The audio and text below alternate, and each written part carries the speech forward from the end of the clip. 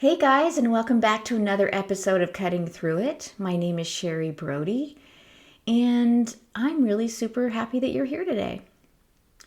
Today, I want to talk about something that, well, it might ruffle a few feathers. I don't know. But if you've been listening to my podcast now for a while, then you know that I have been in this industry for over 4 decades. And so I have seen many shifts in our industry. I've seen tons of changes. When I first moved here to Phoenix in 2014, it was a time in our industry where social media was really taking off. And the hairstylists that had the personality and had the drive and just the creativity to get onto social media and become very popular, their books were booming. They became instant wealthy hairstylists overnight. And when I moved here to Phoenix, that was really hard for me because I was rebuilding my clientele from ground zero. I was living in the Bay Area for 27 years. So when I built my business, there wasn't social media. So when I moved here, I had to learn social media. And I wasn't somebody that took to it naturally. But I did do it because we have to learn those things, right, guys? We have to evolve with the changes that are happening around us. And I think that's why I have survived as long as I have in the industries, is because I do evolve. I do open myself up, and I allow myself to learn new things and go through the process of change, no matter how uncomfortable it is. Well, fast forward to today, I think there's another shift happening in our industry, and I think it's needs to be talked about because I'm seeing on social media, I'm hearing it chatter around the salon amongst other hairstylists, whether they should stay in the industry, that their books are really slow, that the economy is affecting us as hairstylists, and should they keep going? Is it going to be worth it? And I'm here to tell you that the shift that is happening in our industry is happening because our clients, the people that are coming to us, they're the ones that are changing. They are becoming much more particular and intentional on where they're spending their money. See, guys, they're not just looking for someone to do their hair anymore. They're looking for someone to lead them. And that's what I want to talk to you about today.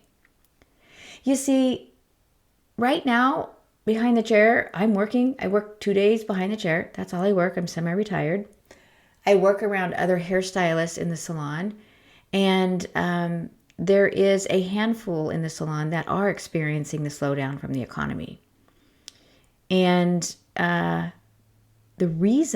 a reason why I'm still busy, why I still have a waiting list, and why there's some stylists that their businesses are booming. And that's what I want to share with you today. I want to talk to you about what that is. When I say that they're looking for someone, a hairstylist to lead them.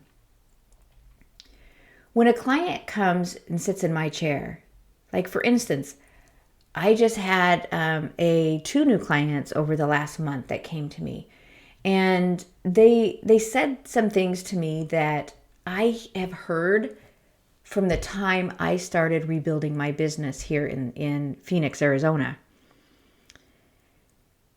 They would say to me, "You're the first person who really listened to me." Wow, no one has ever explained that to me before.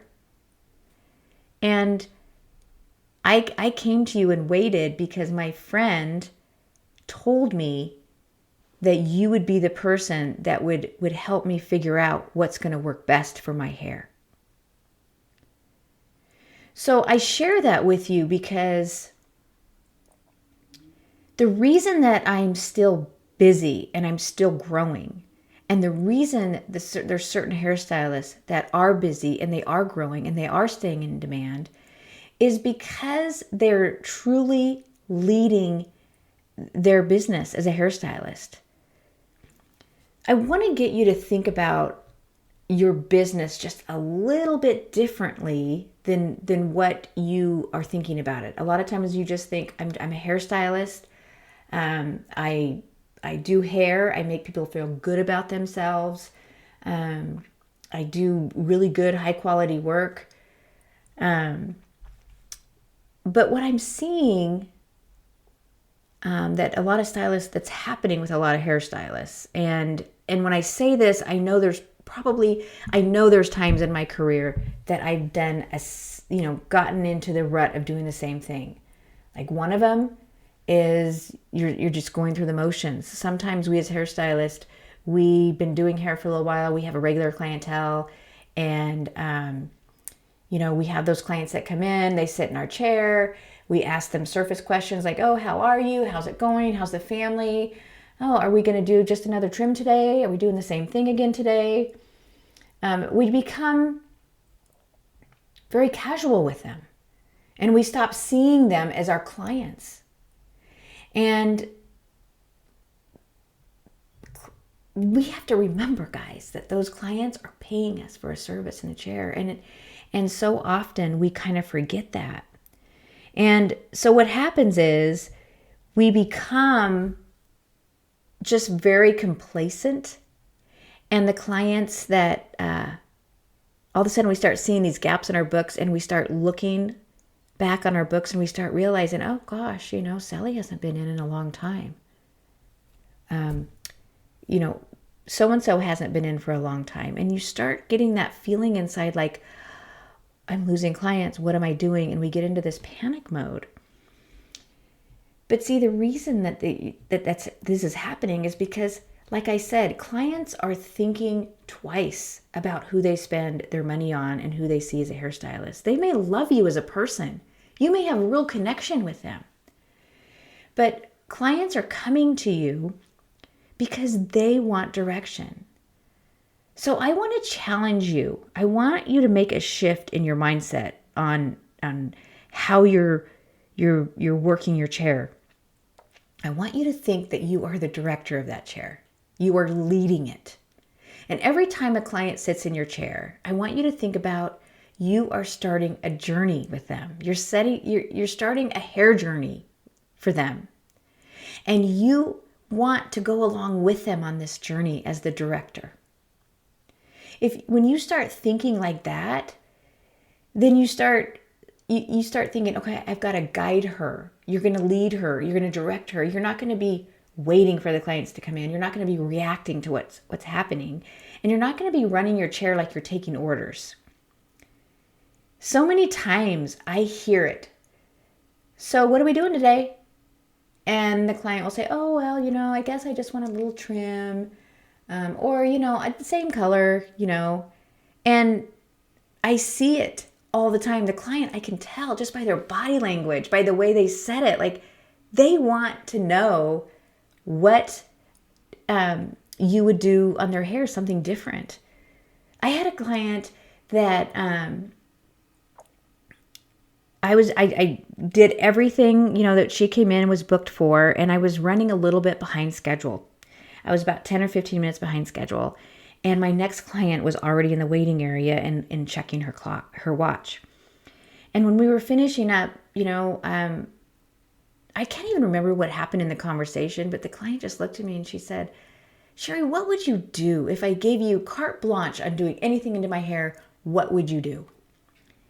And I was so bummed because honestly, guys, I missed the boat on this one because this client, I've wanted to cut her hair short for so long and throw some highlights in there and just jazz her up.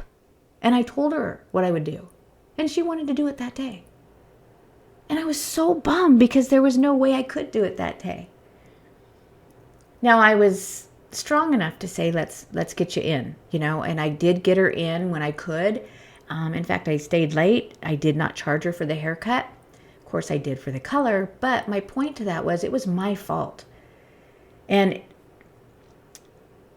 the reason I share that with you is because I'm going to guarantee you 9 out of 10 times the client that is sitting in your chair, they're wondering the same thing.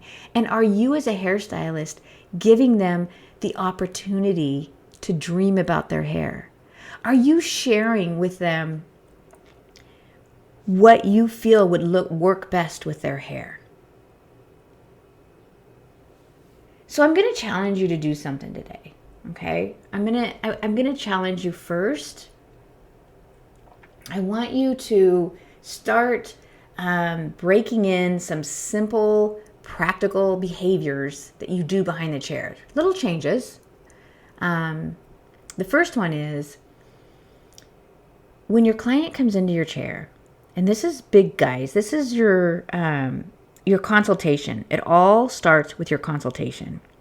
If you are rushing your consultation, if you are not taking the time to really do a thorough consultation, then you're missing the boat. And it's probably one of the biggest reasons why you're not growing. If you are a hairstylist that's not growing, that's feeling these stresses right now. So the first one I'm going to tell you is slow down. You know, when you get a client sitting in your chair, even if you've been doing them for 10 years, slow down and get eye level with them. I always sit with my clients. I greet them, give them a little hug, handshake, eye contact, touch them, sit them down. And I have a chair that I work out of, so it's easy for me to get eye level with them. And just sit and look at them, because this first part, guys, they'll feel seen and they'll feel like you still care and you're not just going through the motions and that you're just not kind of rushing them through. And then I want you to listen to them. When you ask them, I want you to ask them questions, not just, what are we doing today? Say something like this. So today I see that we're scheduled for a haircut. And I looked, it's been about 4 weeks since you were last in. How did you like your last haircut? How's it been styling? And I wait for the answer. I pause, wait for the answer. And I'm looking at them as I'm listening to make sure that they're making eye contact with me and that they're being honest. Because a lot of times, clients are afraid to tell you if they're not happy with something. It's a hard thing for them to tell you that, because they don't want to hurt your feelings either. So if you notice that she says, "Oh yeah, it worked out okay," well, tell me what about your hairstyle or that maybe wasn't styling okay, you know, and start directing the conversation and getting them to think a little bit more. If it's a new client, you know, even if they say, "Oh, I just want a trim, I just want a little bit off," don't just say, "Okay." Say, "All right, well, how much time do you have, you know, in the morning to do your hair? Have you, you know," and when you're looking at them, we as hairstylists, we can look at somebody and go, "Wow, she would look good with a little bit of a face frame or a few highlights or, you know, whatever." You want to make sure that when you're doing that consultation to, yes, give them what they want, but you also want to get them to look forward. Like, think of it as a journey. Like, maybe that first appointment that they're with you, they're just going to get a trim. They're getting to know you. They're going to get comfortable with you, right?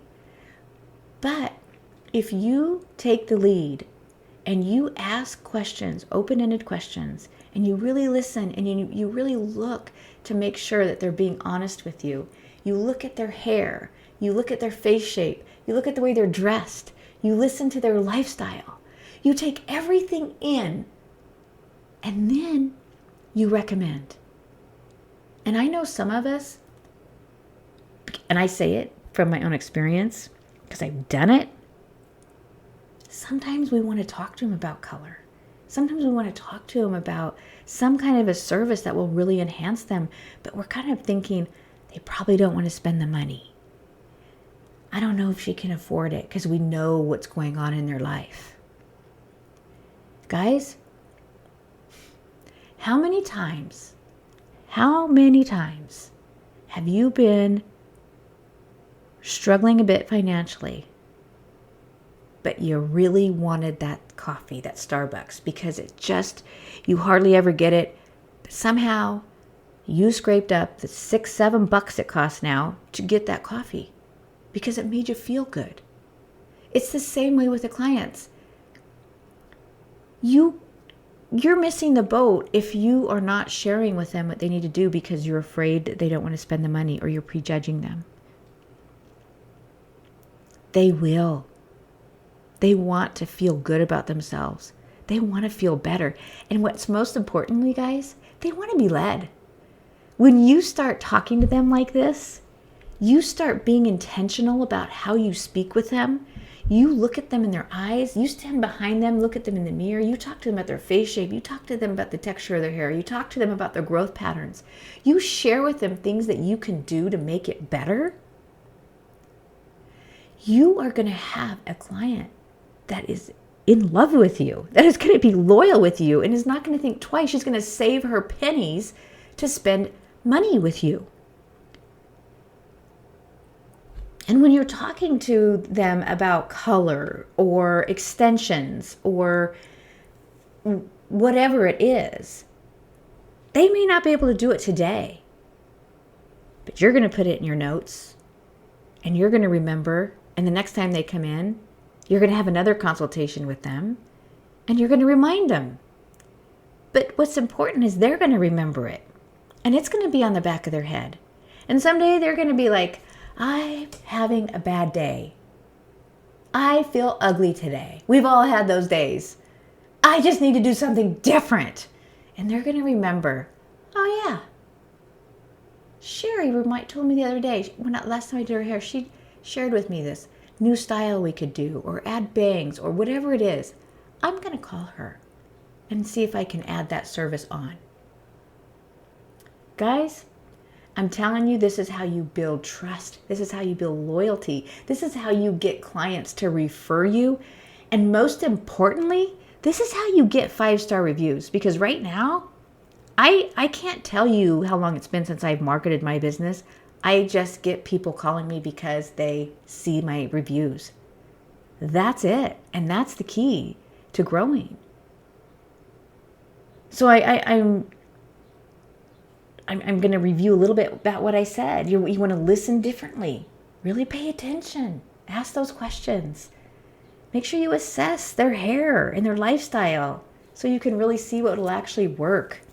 And when you guys are looking at their hair and their growth patterns, I can't tell you how many times I turned somebody around and said, did you know you had this weird growth pattern back here? And they're like, no, nobody told me about that. Or gosh, did you know you have some hair that's curly right here and this is probably why you're it's causing this, blah, blah, blah, whatever. They love that. And then you're going to guide them. You want to give them suggestions. Explain to them why. You're offering them direction. You're planning this journey with them. It's their hair journey, and you are the director. And then most importantly, you guys, you got to elevate their experience. You want to make them feel so important. Just by doing this consultation, you're making them feel important. But take it a step further. When you go back to the shampoo bowl, are you just rushing the shampoo? Guys. It feels so good to have your head massaged and your neck massaged. I'm not talking about doing a 30-minute head shampoo. Just taking a few minutes to massage the head and a little bit on the neck and just using nice pressure. Don't be shy with your hands. Take control. Oh my gosh. It makes the biggest difference. And then when you have them in your chair, don't talk about yourself. Gosh, I can't. Yes, I get all worked up about this because I see it all the time. Stylists are their clients are in the chair. They're paying money for their hair, and the client is talking all about their life and about this and about that. Nothing about the product they're using, how they're using it, how they're styling their hair. Focusing on the client. You've always got to focus on the client, guys. We can't, if you are always, no, I'm going to stop there. I want you to stop and think about yourself. Sit down and look back and think, what are my conversations like behind the chair? Am I talking about myself? And be totally honest with yourself. And when I say this, guys, yes, I've done it. You find yourself, these clients, sometimes they're just intrigued by your lifestyle and they want to know about you. Well, you can share little snippets, but I've really found my business I did this years and years ago because I had a mentor tell me the same thing. And when I made the changes, I saw a huge difference in my clientele, the longevity of them. And the whole goal as a hairstylist is we want to get clients in our chair, clients that we enjoy doing, and clients that have confidence in us, clients that they're going to stay with us the long haul through these economic downturns. And they're going to refer people that they want, that you'll click with too. Because if you click with them, you're 9 times out of 10, you're going to click with their friends. So you want to elevate their experience. And then, guys, the result of doing all this stuff, your clients are going to feel seen, and they're going to really trust you more. They're going to value you. You're going to be that person that they're going to spend the extra money on. Think of it as when you splurge. Like, I remember I had a goal for myself when I first moved out here. I was like, I really liked Hobo wallets at the time. And Hobo, if you know about it, it's just a pretty expensive wallet. And my goal for myself was, when my clientele got to, a certain point, I made a certain amount of money, I was going to buy myself this wallet. Even though I, still was getting on my feet from the move, I went and got that wallet. I never regretted it. I think since now I've passed it on to my daughter and she's still carrying it. But my point to the whole thing is that was important to me. And it was something that was a luxury for me, but it was worth spending the money on. And you want to be valued like that, so that, that you're going to be that luxury when they're going to save the money to see you guys, even on an economic downturn or things are happening. If you are elevating their experience, you are leading it, they're going to do that. They're going to rebook. They're going to refer. You're going to be a 5-star review hairstylist. So honestly, you guys, this is why some hairstylists stay busy no matter what's going on. And I want you to be that hairstylist that stays busy no matter what's going on. So I hope what I've shared with you today, I hope you take it to heart. I hope that you're really honest with yourself. I mean, so many times we'll say, yeah, but yeah, I only do that once in a while. If you are a hairstylist and you truly are wanting to grow your business and be successful, then take to heart what I've said. I'm not a girl that's just telling you something I heard. Like I said, I have been in the industry for over 4 decades. I have experienced many, many, many economic downturns and changes. So that's about it. I'm going to close this episode. I want to share something with you. I want to challenge you first to really, like I said, really take a good hard look at you and see what you can change and start being that go-to hairstylist. But I also want to share with you, I want you to know that I go live every Thursday in my Facebook group. It's called Hairstylist Tips, Cuts and Clients. One of my passions is cutting. And it became my passion because I really needed to build my clientele. And I knew that if I could give a great haircut, then I would have them in my chair and I'd be able then to grow my clientele so much faster. And I've rebuilt my clientele many times, so I know how to do that and I know the struggles it takes. And so I started this Facebook group so that I could be more present with those of you that really want to learn and really want to have somebody that you can, ask a question to and it's going to get answered. So if that's you, I invite you to head over to the Facebook group, Hairstylist Tips, Cuts, and Clients. It'll be in the show notes. You can also find it on my website, On Point Hair by Sherry, SHERRI.com, and you can click the link there as well. Hey guys, so this is a end of another episode.